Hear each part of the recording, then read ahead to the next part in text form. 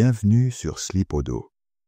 Nous vous présentons ce soir L'ombre du voleur fantôme, une nouvelle aventure de Sherlock Holmes.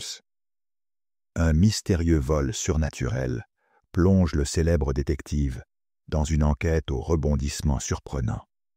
N'hésitez pas à vous abonner, liker et commenter si cette histoire vous plaît. Installez-vous confortablement, fermez les yeux et laissez-vous emporter dans le Londres brumeux du XIXe siècle. Notre histoire commence maintenant. La brume londonienne s'accrochait aux réverbères de Baker Street lorsque les coups frénétiques retentirent à la porte du 221B. Miss Hudson, malgré l'heure tardive, introduisit un homme au visage livide, les vêtements froissés par une course effrénée dans la nuit. « Monsieur Holmes » haleta Lord Pemberton, en ôtant son haut de forme trempé. « Il faut que vous veniez immédiatement. C'est impossible à croire. » Holmes, qui fumait paisiblement sa pipe près de la cheminée, observa leur visiteur avec cette acuité particulière qui ne le quittait jamais. « Calmez-vous, Lord Pemberton. Watson, servez donc un brandy à notre ami. Maintenant, expliquez-nous ce qui vous amène par cette nuit d'octobre. » La galerie Worthington, le Turner, il a disparu. Les mots sortaient par saccades. Mais ce n'est pas un vol ordinaire, Holmes. Le gardien jure avoir vu une forme spectrale traverser le mur. Aucune effraction, aucune trace, comme si l'œuvre s'était volatilisée. Watson fronça les sourcils. « Voyons, Lord Pemberton, sûrement une explication rationnelle. »« Non, docteur, » l'interrompit le lord. « J'ai vu les lieux moi-même. Les portes étaient verrouillées de l'intérieur, les fenêtres barricadées, le système d'alarme intact. Et pourtant, la tempête sur la Tamise a bel et bien disparu de son cadre. » Holmes se leva brusquement, ses yeux gris brillants d'un éclat familier. « Fascinant. Un vol sans voleur, une disparition sans trace. Watson, prenez votre manteau. Lord Pemberton, conduisez-nous immédiatement à cette galerie. » Dans le fiacre qui les menait vers Bloomsbury, Holmes interrogea minutieusement leur client sur les circonstances exactes. Chaque détail était analysé, pesé, classé dans ce remarquable esprit déductif. La galerie Worthington se dressait dans la pénombre, imposante bâtisse georgienne aux colonnes majestueuses. À leur arrivée, plusieurs constables montaient déjà la garde, leurs lanternes projetant des ombres dansantes sur les murs de pierre. « L'inspecteur Lestrade vous attend à l'intérieur, monsieur Holmes, » annonça l'un d'eux avec un respect mêlé de soulagement.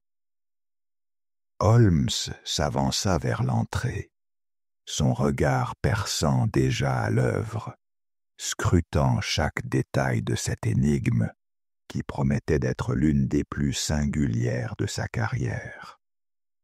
Dans le salon feutré de la galerie, Holmes fit face au gardien de nuit, Thomas Hartwell, dont les mains tremblaient encore en tenant sa tasse de thé. « Monsieur, je vous le jure sur la tombe de ma mère, » bégaya Hartwell, « j'ai vu cette chose, une silhouette vaporeuse, brillante comme de la brume phosphorescente. Elle a traversé le mur comme s'il n'existait pas. » Holmes l'observa attentivement. « À quelle heure précisément ? » ?»« 00:15, monsieur. Je venais de faire ma ronde quand j'ai entendu comme un sifflement étrange. Puis cette forme, elle flottait devant le Turner, et d'un coup, pouf, disparut avec le tableau. » La femme de ménage, Miss Abernathy, confirma d'une voix chevrotante. « Moi aussi, j'ai vu des ombres danser hier soir en nettoyant. Elles bougeaient sur les murs sans qu'il y ait personne pour les projeter. J'ai cru devenir folle. Le troisième témoin, un certain monsieur Reginald Ashford, gentleman retardataire rentrant de son club, était plus précis. J'ai distinctement aperçu une lueur bleutée s'échapper par la lucarne du toit vers 1 heure du matin. Elle s'est élevée dans les airs avant de disparaître au-dessus des cheminées. Holmes nota soigneusement ces témoignages contradictoires. Watson observait 3 versions, 3 heures différentes. Quelqu'un ment ou quelqu'un se trompe. L'après-midi même, ils rendirent visite à Marcus Blackwood, expert réputé en art victorien. Dans son bureau encombré de catalogues et d'antiquités, l'homme aux favoris grisonnants révéla des détails troublants. Ce Turner, Holmes, a une histoire particulière, déclara-t-il en consultant ses registres. Il appartenait autrefois à la collection Ravenshollow. Lord Ravenshollow est mort dans des circonstances mystérieuses en 1847, prétendument hanté par ce même tableau. Depuis, tous ses propriétaires successifs ont connu des fins tragiques. « Intéressant, » murmura Holmes. « Et qui était le propriétaire précédent ?»« Un collectionneur français, M. Dubois, retrouvé mort dans son château, le tableau ayant mystérieusement disparu de ses murs, avant de réapparaître chez un marchand londonien. » Watson frissonna. « Une malédiction, Holmes. »« Non, Watson, quelque chose de bien plus prosaïque, mais infiniment plus ingénieux. » Le bureau du professeur Archibald Morley, niché dans les hauteurs de l'University College, baignait dans une atmosphère mystérieuse. Des ouvrages anciens s'entassaient jusqu'au plafond, et d'étranges artefacts ornaient chaque surface disponible. L'homme lui-même, la soixantaine élégante avec une barbe soigneusement taillée, accueillit Holmes et Watson avec un mélange de gravité et d'excitation. « Ah, Sherlock, cette affaire du Turner tombe à point nommé, » déclara Morley, en leur servant du thé dans des tasses de porcelaine fine. « J'étudie justement une série de phénomènes similaires à travers l'Europe. » Holmes s'installa confortablement. « Dites-moi tout, Archibald. Vos connaissances en matière d'occultisme pourraient éclairer cette énigme. Ce tableau spécifique est mentionné dans plusieurs grimoires du XVIIIe siècle, commença le professeur en ouvrant un manuscrit poussiéreux. Selon la légende, Turner l'aurait peint lors d'une tempête particulièrement violente sur la Tamise, une nuit où plusieurs navires ont mystérieusement sombré. Les témoins parlaient d'apparitions lumineuses au-dessus des flots. Watson se pencha, fasciné malgré lui. « Et vous y croyez, professeur ?»« Les faits sont troublants, docteur. À Paris, le Louvre a perdu un Delacroix dans des circonstances identiques il y a 6 mois. À Vienne, un Klimt s'est volatilisé de la galerie Belvédère sans laisser la moindre trace. À chaque fois, des témoins ont rapporté des phénomènes lumineux inexpliqués. » Holmes fronça les sourcils. « Intéressant. Y a-t-il un lien entre ces œuvres ?» Morley baissa la voix, comme s'il craignait d'être entendu. « Elles appartiennent toutes à une liste établie par une société secrète, appelée l'Ordre des collectionneurs éternels. Cette confrérie, fondée au début du siècle dernier, rassemble les plus riches amateurs d'art d'Europe. Leur obsession ? Posséder les œuvres qu'ils estiment trop précieuses pour être exposées au public. « Une société secrète ?» répéta Watson, incrédule. « Plus qu'une société, docteur. Une secte vouée au culte de l'art absolu. Ils croient que certaines œuvres possèdent une âme propre et ne doivent appartenir qu'aux initiés capables de comprendre leur essence véritable. » Holmes se leva et arpenta la pièce. Et cette prétendue malédiction... Ah! Morlaix ouvrit un autre registre. Chaque propriétaire légitime de ces œuvres connaît effectivement une fin tragique dans l'année qui suit l'acquisition. Coïncidence ou châtiment surnaturel. Lord Ravenshollow, fou et suicidaire. Monsieur Dubois, retrouvé mort dans son château verrouillé de l'intérieur. Le comte von Habsburg, décédé dans un incendie mystérieux. Fascinant, murmura Holmes, ses yeux brillants de cette lueur particulière qui annonçait une piste prometteuse. Auriez-vous une liste des membres de cet ordre, Archibald? Hélas, non, mon cher ami. Le secret est leur force. Mais je soupçonne qu'ils opèrent depuis Londres même. En quittant l'université, Holmes était plongé dans ses réflexions. Watson, cette affaire prend une dimension bien plus vaste que prévu. Nous ne traquons pas un simple voleur, mais tout un réseau. Le lendemain matin, une carte de visite ornée de symboles mystérieux fut remise à Holmes par un messager en livrée noire. L'écriture élégante annonçait « Madame Zelda Volkoff, médium et voyante. Les esprits m'ont révélé la vérité sur votre enquête. » Quelle coïncidence remarquable, observa Holmes en examinant le papier à la loupe. Cette dame surgit au moment précis où nous évoquons le surnaturel. Watson haussa les épaules. Pur opportunisme, sans doute. Ces charlatans lisent les journaux comme tout le monde. Pourtant, Holmes accepta de rencontrer la mystérieuse Madame Zelda.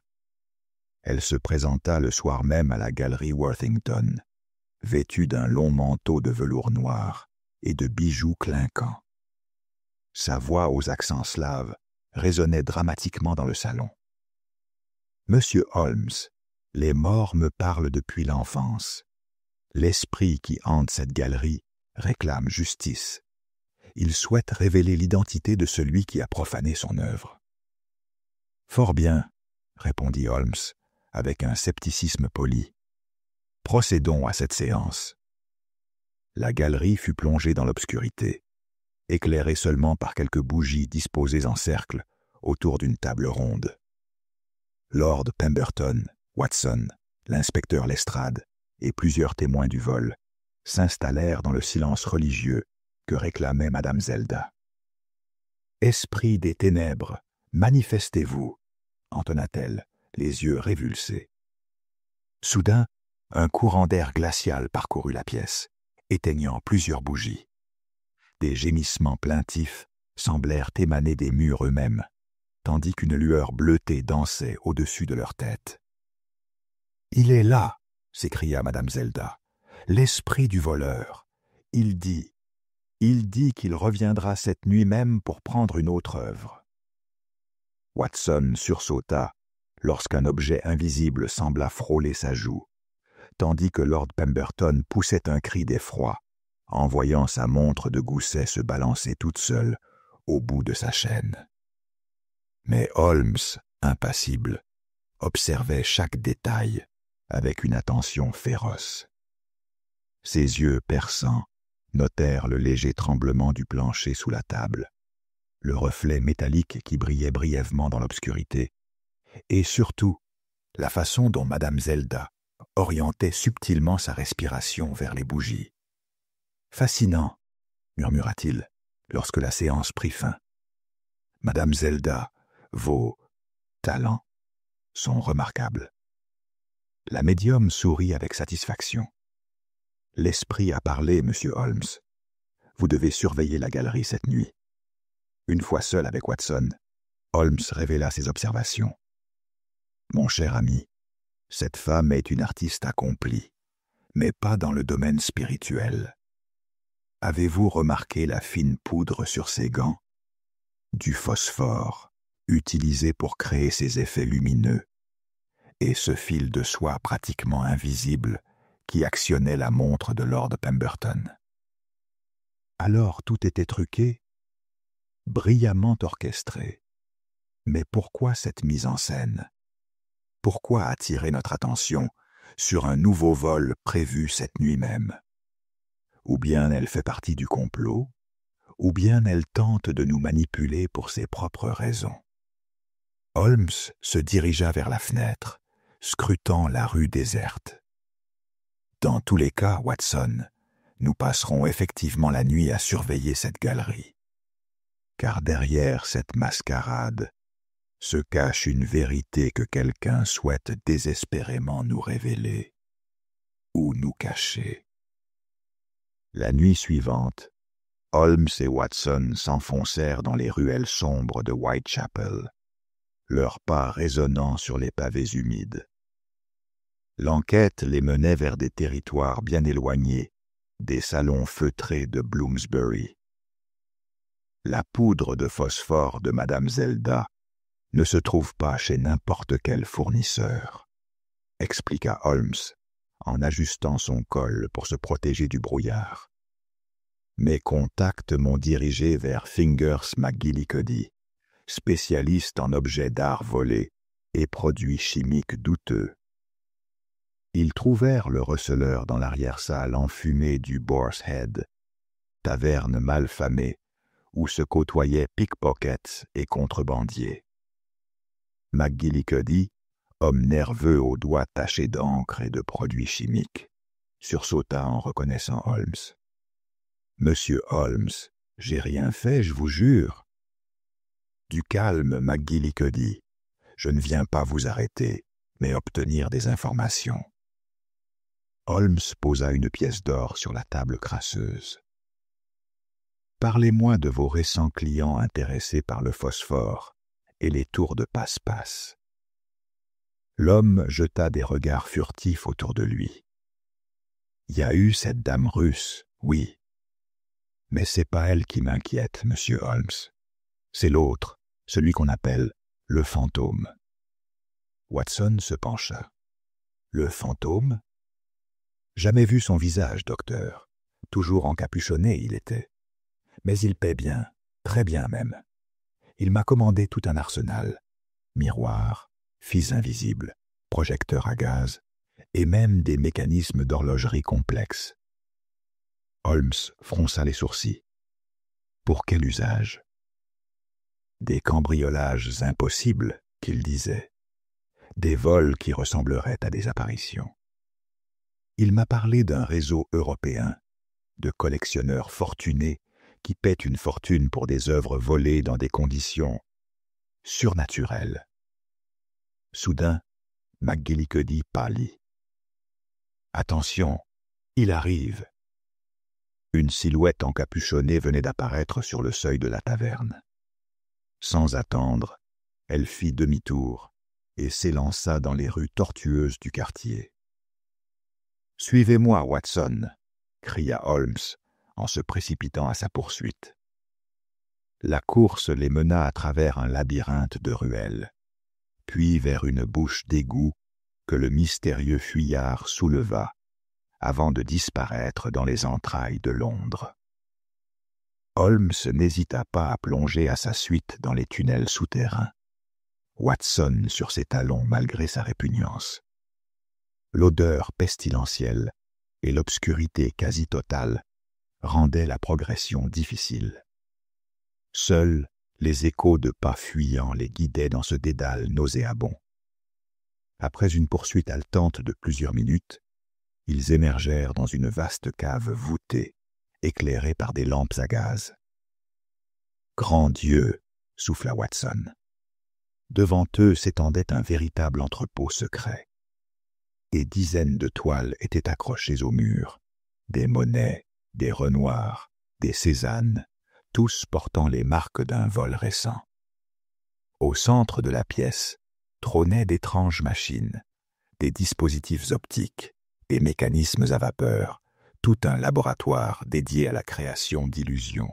« L'atelier du fantôme », murmura Holmes en examinant les appareils. « Voyez ces projecteurs modifiés, Watson. Ils peuvent créer des hologrammes lumineux à distance. Mais leur proie avait disparu, s'évanouissant une fois de plus dans les méandres souterrains de la capitale.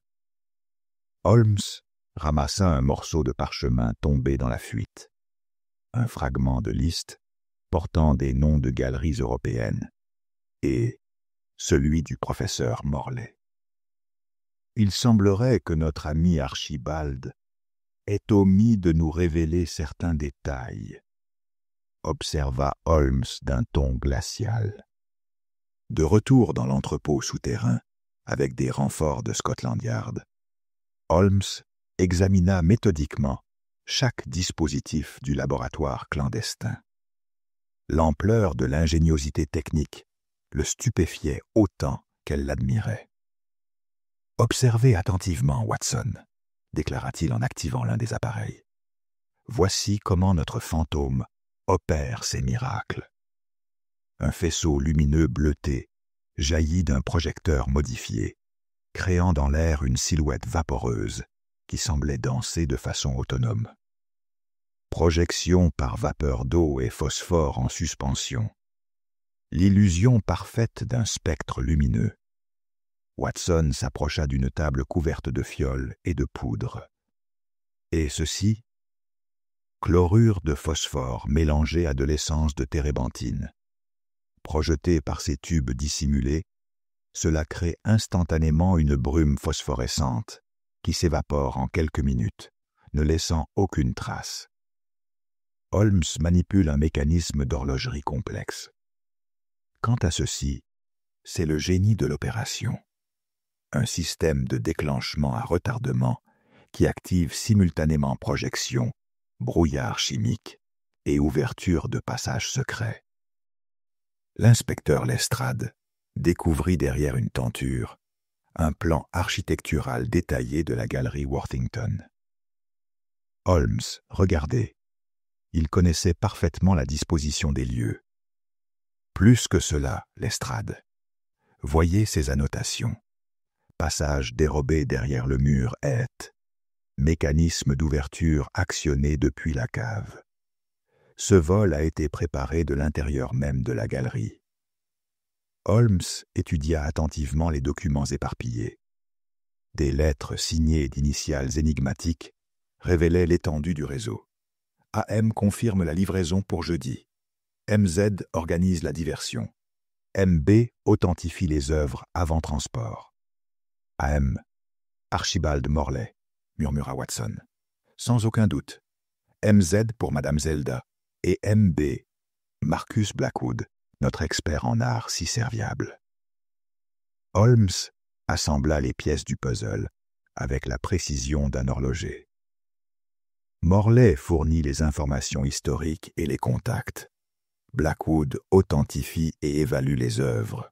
Zelda crée les diversions surnaturelles. Il découvrit alors le mécanisme le plus ingénieux. Un système de rails miniatures dissimulés dans les murs, permettant de faire disparaître les tableaux par des passages secrets, tout en projetant simultanément des illusions lumineuses pour tromper les témoins. Le gardien Hartwell a effectivement vu une apparition, expliqua Holmes, mais pas celle d'un voleur fantôme. Il a assisté à la projection d'une illusion destinée à masquer le véritable vol, qui se déroulait simultanément par des moyens parfaitement mécaniques. Watson examina un carnet de comptes. Holmes, les sommes mentionnées ici sont colossales. Qui peut se permettre de payer de tels montants pour des œuvres volées? L'ordre des collectionneurs éternels n'est pas qu'une légende, Watson. Cette organisation dispose manifestement de ressources considérables et n'hésite pas à employer les méthodes les plus sophistiquées. Holmes ramassa une lettre à l'entête, gravée d'un blason aristocratique. Et je commence à soupçonner que Lord Pemberton lui-même pourrait être impliqué dans ce réseau. Qui d'autre aurait pu fournir les plans architecturaux aussi précis de sa propre galerie? L'enquête prenait une dimension nouvelle. Il ne traquait plus un simple gang de voleurs, mais une conspiration impliquant les plus hautes sphères de la société londonienne. Le lendemain soir, Holmes et Watson se présentèrent à l'improviste chez le professeur Morley.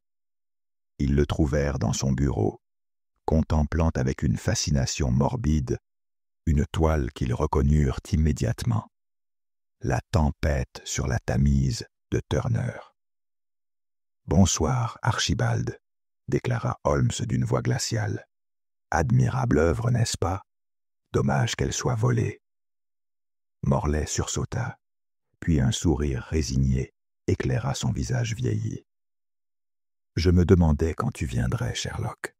Ta réputation n'est pas usurpée. »« Pourquoi, Archibald? Pourquoi un homme de votre érudition s'abaisse-t-il au vol ?» Le professeur se leva lentement, caressant le cadre doré du Turner. « S'abaisser? Tu te trompes, mon cher ami. Je sauve ses œuvres. Regarde autour de toi. » Holmes observa alors que les murs du bureau abritaient une collection extraordinaire. Des Monet, des Cézanne, des Degas, tous d'une beauté saisissante. « Pendant 40 ans, j'ai consacré ma vie à l'art, » poursuivit Morley avec passion. « J'ai étudié, analysé, vénéré ces chefs-d'œuvre. Et pourquoi? Pour les voir croupir dans les demeures de parvenus qui ne savent même pas les apprécier. Lord Pemberton possédait ce Turner depuis 3 ans et n'y jetait jamais un regard. » Watson fronça les sourcils.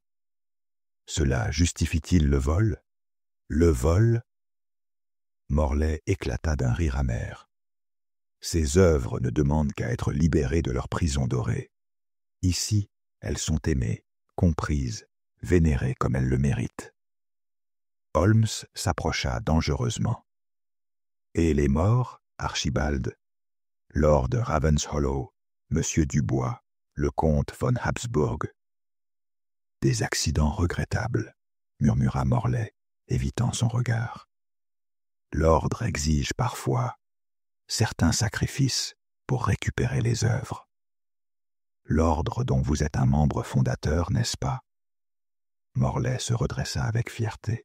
« Nous sommes les gardiens du véritable art, Sherlock. Pendant que les riches collectionneurs s'arrachent les œuvres pour leur prestige social, nous les préservons pour les générations futures.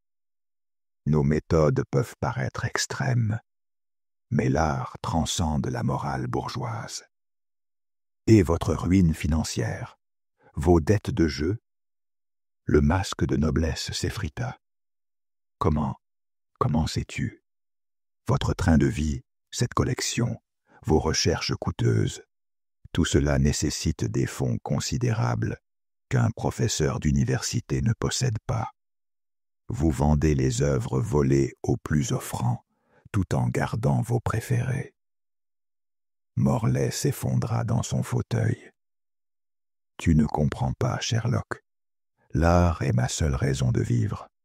Sans lui, je ne suis rien. »« Vous êtes en état d'arrestation, professeur, » déclara Holmes tristement, « pour vol, recel et complicité de meurtre. » Mais quand ils se retournèrent, Archibald Morley avait disparu par une porte dérobée, les laissant seuls face aux chefs-d'œuvre volés. Holmes élabora son stratagème avec la précision d'un maître d'échecs. Il fit courir le bruit qu'un Van Gogh inédit, La nuit étoilée sur Londres, serait exposé exceptionnellement à la galerie Worthington pour une seule soirée avant son transfert définitif au Louvre.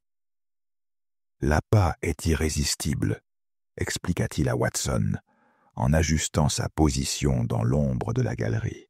« Morley ne pourra résister à une œuvre si rare, et nous tenons enfin l'occasion de capturer tout le réseau. » L'inspecteur Lestrade et ses hommes étaient dissimulés dans chaque recoin du bâtiment.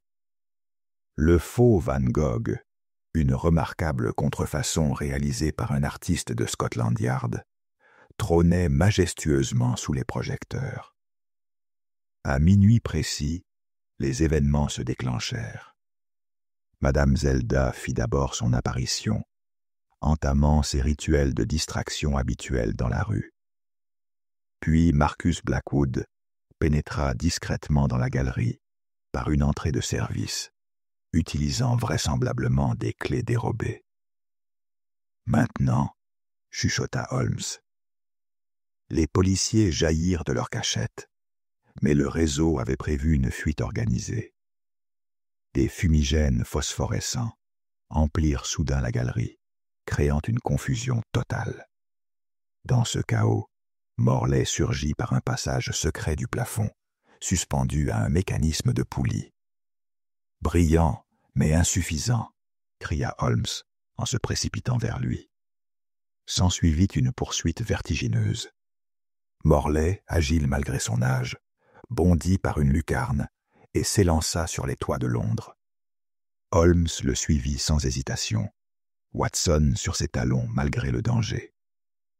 La course nocturne les mena d'ardoise en ardoise, de cheminée en gouttière, dans un Londres fantomatique éclairé par la lune. Morlaix connaissait parfaitement ces passages aériens, sautant d'immeuble en immeuble avec l'assurance d'un habitué. « Watson, attention !» cria Holmes, en voyant son ami perdre l'équilibre sur une corniche glissante. Mais l'avertissement vint trop tard.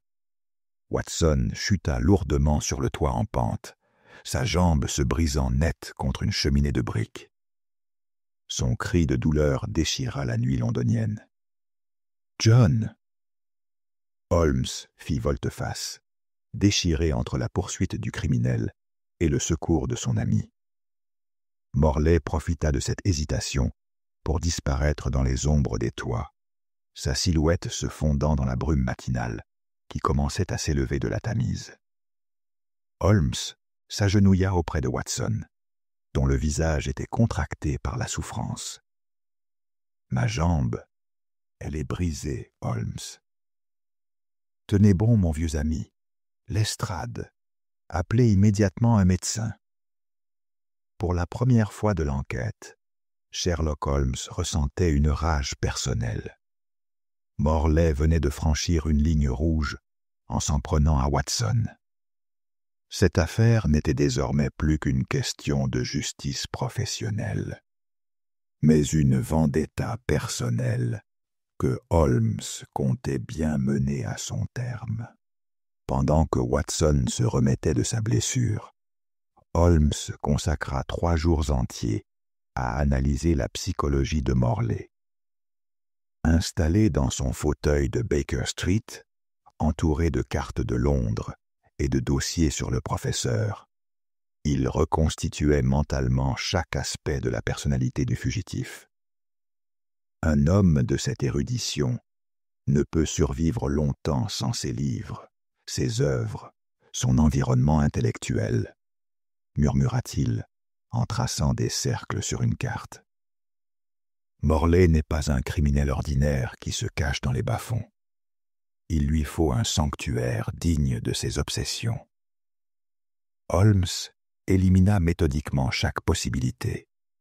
Les docks, trop vulgaires, les quartiers résidentiels, trop exposés, les entrepôts commerciaux, trop prosaïques.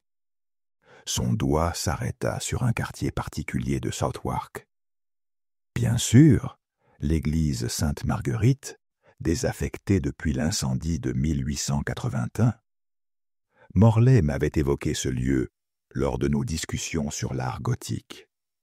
Il y a même donné des conférences avant sa fermeture.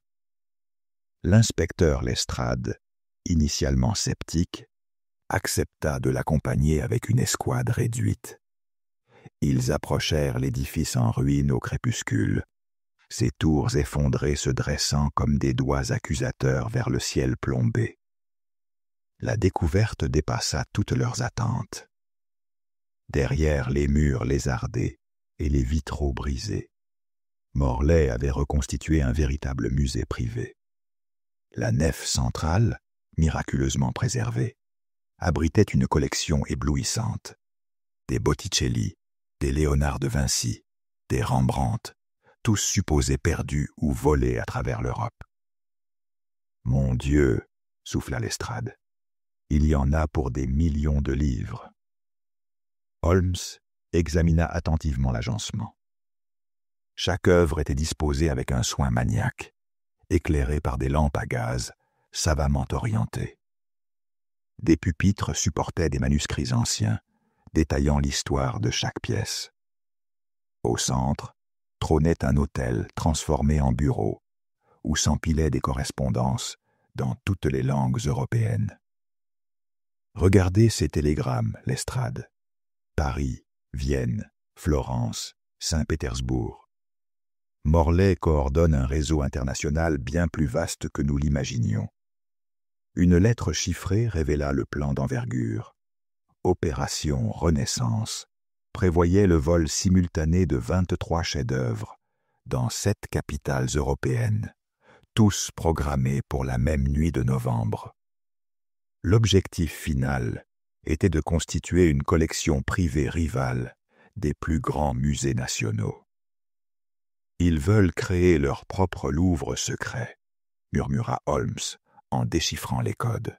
« Une collection accessible uniquement aux membres de l'ordre, financée par la vente d'œuvres secondaires sur le marché noir. » Au fond de la nef, ils découvrirent les quartiers privés de Morlaix.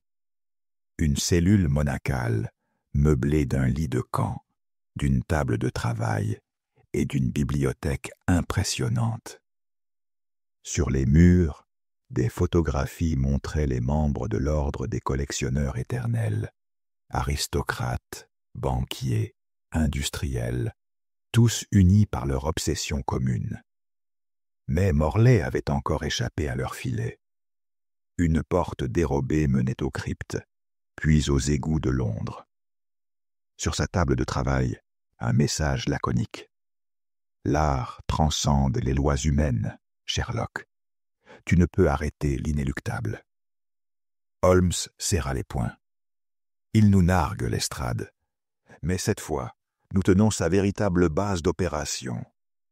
Et ces documents nous révèlent l'identité de tous ses complices européens.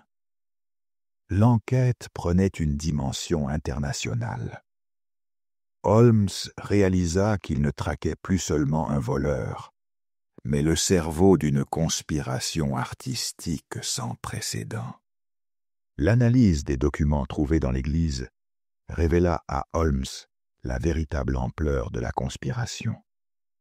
Dans le salon de Baker Street, devant Watson convalescent, il assembla les dernières pièces du puzzle avec une précision implacable. « Mon cher Watson, cette affaire dépasse en complexité tout ce que nous avons pu rencontrer. Lord Pemberton n'est pas une victime, mais le maître d'orchestre de toute l'opération. » Watson sursauta dans son fauteuil. « Pemberton ? Mais il a fait appel à vous. » Précisément parce qu'il savait que je découvrirais la vérité, ou plutôt la vérité qu'il souhaitait me faire découvrir. Holmes brandit une police d'assurance. Regardez, le Turner était assuré pour 100 000 livres, soit 10 fois sa valeur réelle. Pemberton avait organisé ce vol factice pour empocher l'argent de l'assurance, tout en conservant son tableau. Les preuves s'accumulaient sur la table. Une correspondance secrète révélait comment chaque complice avait été recruté selon ses faiblesses particulières. Madame Zelda, notre médium si théâtrale, était en réalité une ancienne actrice ruinée par l'alcool. Pemberton lui offrait une pension confortable en échange de ses services de mystificatrice. Holmes montra une série de reçus. Voyez ces paiements réguliers, 100 livres par mois pour consultation spirituelle. Et Blackwood? Marcus Blackwood était criblé de dettes de jeu. Pemberton détenait ses reconnaissances de dettes et le faisait chanter. En échange de l'effacement de ses créances, Blackwood devait authentifier les fausses œuvres et fournir de faux certificats de provenance. Holmes révéla ensuite l'implication du personnel de la galerie. Thomas Hartwell, notre gardien terrorisé, était parfaitement au courant. Ces tremblements n'étaient pas de la peur, mais de la culpabilité. Pemberton avait découvert qu'il détournait de petits objets d'art et l'avait contraint à la collaboration. Même Madame Abernathy, la femme de ménage, participait au stratagème. Elle avait accès à toutes les pièces et connaissait parfaitement les habitudes des visiteurs. Ces ombres dansantes étaient des signaux convenus pour indiquer l'absence de témoins gênants. Watson secoua la tête, incrédule. Mais pourquoi une mise en scène si élaborée? Parce que Pemberton avait des ambitions plus vastes que la simple escroquerie à l'assurance. Il était l'un des membres fondateurs de l'Ordre des collectionneurs éternels. Et ce vol devait servir de test pour les méthodes qui seraient ensuite appliquées à l'échelle européenne. Holmes montra une liste chiffrée. Chaque membre de l'ordre versait une cotisation considérable pour financer ses opérations. En échange, il recevait des œuvres volées, authentifiées par Blackwood. Un marché noir de l'art d'une sophistication inouïe. Et Morley dans tout cela? Morley était à la fois le cerveau scientifique et la conscience torturée de l'organisation. Il avait développé toutes les techniques d'illusion, mais sa passion obsessionnelle pour l'art l'avait progressivement éloigné des motivations purement mercantiles de ses complices. La vérité éclatait enfin.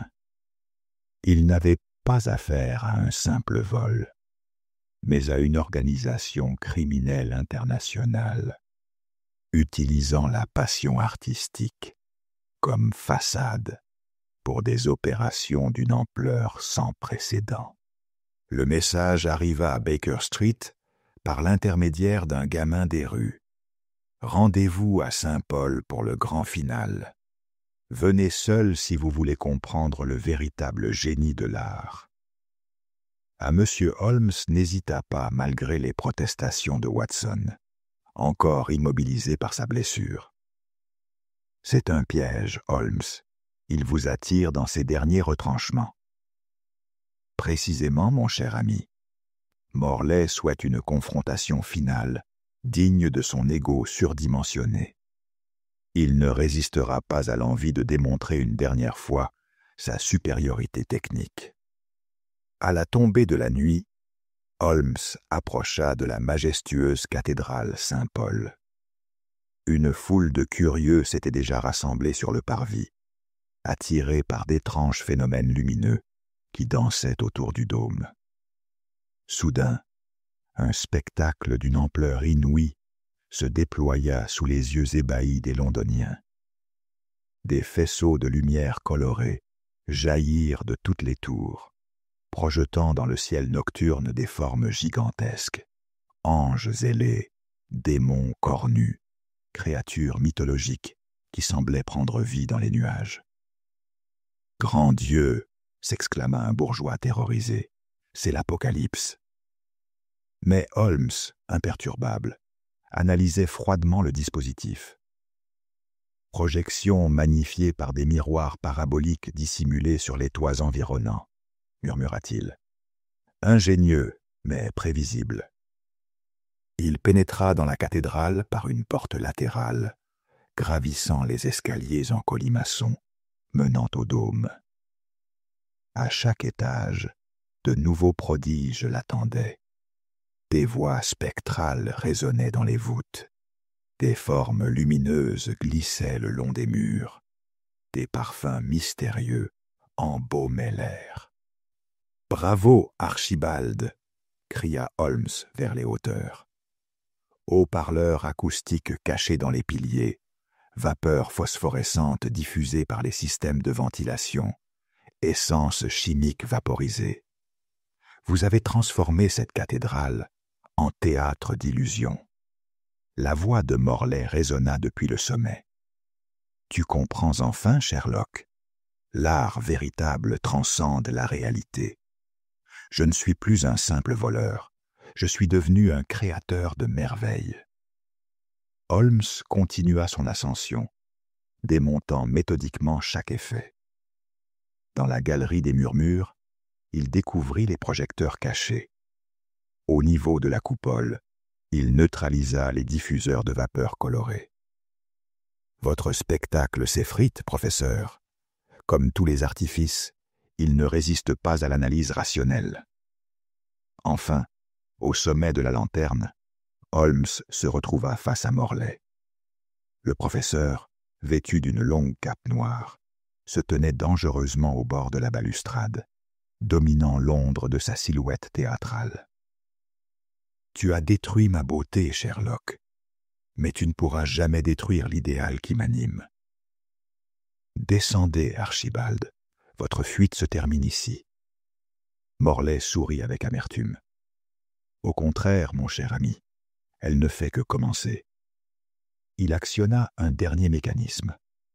Une explosion de lumière aveugla momentanément Holmes, et quand sa vision se rétablit, le professeur avait disparu, ne laissant qu'une cape vide qui voltigeait dans le vent londonien.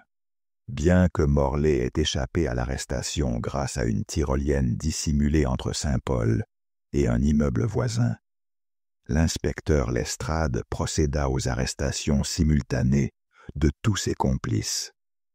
Le réseau s'effondrait enfin. Lord Pemberton fut appréhendé dans sa demeure de Belgravia, tentant de détruire des documents compromettants. Madame Zelda s'effondra en larmes dans sa pension, avouant immédiatement sa participation. Marcus Blackwood, intercepté au port de Douvres avec de faux certificats, se rendit sans résistance. Dans le salon de Scotland Yard, Holmes reconstitua l'affaire devant un parterre de journalistes et d'officiels. « Messieurs, dès le premier jour, les indices trahissaient la supercherie. Comment un fantôme pouvait-il laisser des empreintes dans la poussière? Les ombres dansantes suivaient un motif trop régulier pour être naturel. La lueur d'Ashford se dirigeait précisément vers l'immeuble abritant les projecteurs de Morley. Holmes révéla alors la véritable motivation du professeur. Archibald Morley nourrissait une rancœur profonde contre l'aristocratie qu'il avait rejetée dans sa jeunesse. Ses demandes d'admission dans les cercles d'amateurs d'art avaient été méprisées à cause de ses origines modestes. Cette humiliation s'était muée en obsession vengeresse. Il ne volait pas seulement pour posséder ses œuvres, mais pour les arracher symboliquement à ceux qui l'avaient rejeté. 6 mois plus tard, la justice rendit ses verdicts. Lord Pemberton fut condamné à 15 ans de travaux forcés, ses biens saisis pour dédommager les assurances. Madame Zelda, grâce à sa coopération, écopa de 3 ans avec sursis et retourna en Russie ouvrir une école de théâtre. Marcus Blackwood s'exila en Amérique, ruiné et déshonoré. Thomas Hartwell et Mrs. Abernathy, contraints plutôt que complices volontaires, bénéficièrent de peines clémentes et trouvèrent de nouveaux emplois grâce à l'intervention de Holmes. Le professeur Morley demeura introuvable malgré les recherches internationales. Certains l'auraient aperçu à Florence ou Saint-Pétersbourg, poursuivant son rêve impossible d'un art libéré des contingences sociales. Toutes les œuvres volées furent restituées à leurs propriétaires légitimes. La tempête sur la Tamise retrouva sa place d'honneur à la National Gallery, attirant désormais des foules intriguées par son histoire mouvementée. Dans Baker Street, Holmes rangea définitivement ce dossier dans ses archives, non sans mélancolie pour ce brillant criminel qui aurait pu consacrer son génie à des fins plus nobles. l'ordre des collectionneurs éternels était démantelé. Mais le mystère du professeur fantôme continuait de hanter les nuits londoniennes.